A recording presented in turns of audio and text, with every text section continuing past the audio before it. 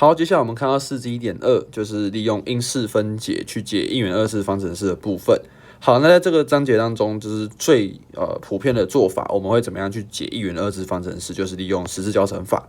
好，在后续影片也会跟大家讲十字交乘法怎么做使用。